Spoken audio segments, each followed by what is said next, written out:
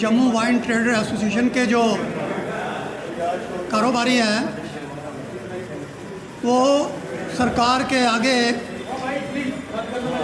Excise policy के बारे में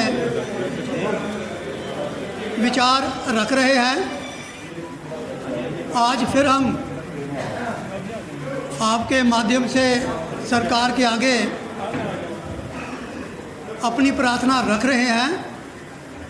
कि ये जो आपने एक्साइज पॉलिसी दी है, इस पॉलिसी की वजह से जम्मू के जो भी 223 लाइसेंसी हैं, इनमें से कोई भी बिड में ई ऑक्शन में नहीं खड़ा हो सकता, क्योंकि उनकी जो पॉलिसी है वो ऐसी है कि इसमें किसी भी लाइसेंसी का टिक पाना, प्रॉफिट में जाना हमें किसी एंगल से लग नहीं रहा। हमने दिल्ली की सरकार के आगे भी गुहार लगाई। हम माननीय डॉक्टर जितेंद्र सिंह जी से भी मिले, उनके आगे भी अपनी बात रखी। हमारे जम्मू कश्मीर के जो लेफ्टिनेंट गवर्नर मनोज सिन्हा जी हैं, उनसे भी हमने टाइम मांगने की गुहार लगाई, लेकिन हमें टाइम मिला। एक्साइज पॉलिसी आने के बाद हम गवर्नर साहब से मिले, हमने अपनी बात रखी और हमने उनको कहा कि ये जो पॉलिसी आई है, इस हिसाब से हमें नहीं लगता हमारा कोई भी लाइसेंसी बिड में खड़ा हो पाएगा, तो लिहाजा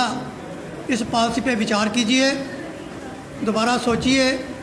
और जम्मू के जो लोग हैं इस ट्रेड के अंदर, उनको बचाइए। ये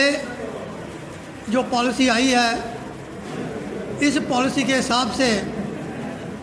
हमें लगता है कि जो बाहर के स्टेट के लोग हैं, जिन्होंने हमारे जो रूरल एरियाज़ में हैं वहाँ पे उन्होंने दुकानें लेना शुरू कर दी हैं और वो पूरी तैयारी कर रहे हैं कि ये ट्रेड जो है उनके हाथों में चला जाए। हम बार बार ये सरकार के आगे गुहार लगा रहे हैं कि कृपा करके हमारे बारे में सोचिए, क्योंकि हमारा लाइसेंस जो था वो 5 साल के लिए रिन्यू हुआ था। तो सभी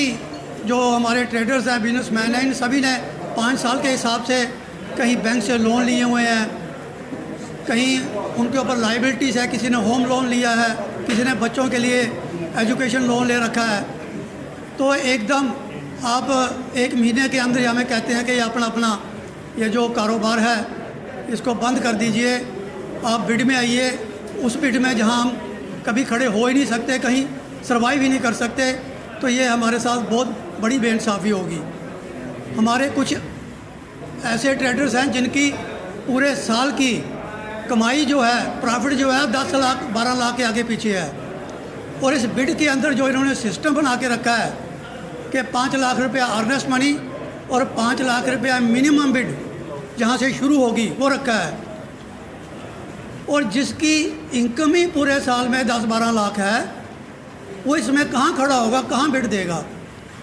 अगर बिड ही 5 लाख से शुरू होनी है और कोई एक बिड 15 लाख की दे देता है, तो इसका मतलब है वो 10 लाख पहले दिन ही घाटे में आ गया। तो किसी एंगल से हम ट्रेडर्स को नहीं लग रहा, वाइन ट्रेडर्स को नहीं लग रहा कि हम इस ट्रेड के अंदर टिक पाएंगे। इसलिए हमारी ये दोबारा गवर्नर साहब से विनती है, सेंट्रल गवर्नमेंट से विनती है कि दोबारा एक्साइज पॉलिसी पे विचार करें और जम्मू का जो ट्रेड है इसको बचाएं, जम्मू के ट्रेडर को बचाएं। सर, आपको लगता है कि जिस तरह से पॉलिसी नहीं निकली है 1 महीने, जो सरकार ने हमें 1 महीने का टाइम दिया है, दरअसल उनको भी अपनी तैयारी करनी थी, तैयारी उनकी हो नहीं पाई, उसकी वजह से हमें उन्होंने 1 महीने का एक लूप टाइम दिया है। तो इस टाइम के अंदर हम दोबारा उनके आगे गुहार कर रहे हैं कि इस पॉलिसी के बारे में सोचिए, दोबारा सोचिए, क्योंकि हमें लग रहा है अगर बिड भी होगी तो ये कामयाब नहीं होगी, क्योंकि इसके अंदर जो कोटा सिस्टम रखा है, जो बिड सिस्टम रखा है और जो मार्जिन रखा है इन्होंने, आपको पता हो जो प्रॉफिट होता है वो हमेशा सेलिंग प्राइस पे होता है। इन्होंने प्रॉफिट जो है वो परचेज प्राइस के ऊपर रखा हुआ है। अगर ये 10% बोलते हैं तो अगर हम इसका मार्जिन निकालें सेलिंग प्राइस के ऊपर, वो 4-5% से ऊपर नहीं आता है, तो हमें नहीं लगता हम कहीं स्टैंड कर पाएंगे। इसलिए बार बार हम सरकार से गुहार कर रहे हैं कि हम बिड में नहीं खड़े होंगे, हम बिड में नहीं खड़े हो सकते। कृपया दोबारा इस पॉलिसी के ऊपर विचार कीजिए।